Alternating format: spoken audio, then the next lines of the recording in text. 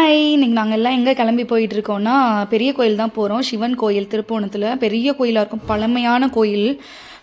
இது வந்து காசி ராமேஸ்வரத்துக்கு ஈக்குவலான கோயில்னு சொல்லுவாங்க. திருப்போணத்தில் பக்கத்துலேயே ஆறு இருக்குது. இந்த திதி கொடுக்குற டைம்லாம் இங்கே பயங்கர கூட்டமாக இருக்கும். அங்கே போகிறத விட இங்கே வந்து நிறையா பேர் திதி பண்ணுவாங்க.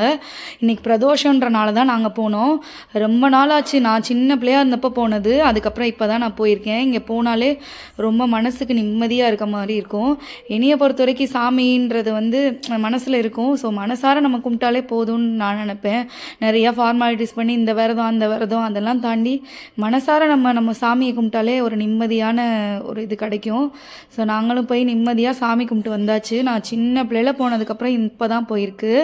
நல்லா சுற்றி பார்த்துட்டு வந்தாச்சு. அம்மன் சந்நிதியும் தனியாக இருக்கும், பெரிய கோயிலாகவே இருக்கும். பழமையான ரொம்ப வருஷம் பழைய கோயில்னு சொல்லுவாங்க. நல்லா போய் சாமி கும்பிட்டாச்சு. யாராருக்கு இந்த மாதிரி பழக்கம் இருக்குதுன்னு சொல்லுங்கள். நந்தி காதில் போய் சொன்னால் பழிக்கும்னு சொல்லுவாங்க.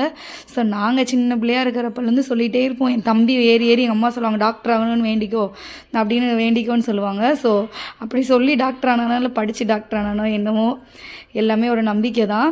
சரி, சாமியை சுற்றி வரும் உள்ள கோயிலை சுற்றி நல்லா சாமியை சுற்றி வந்துட்டு நந்தியையும் நல்லா கிட்ட பார்த்தாச்சு.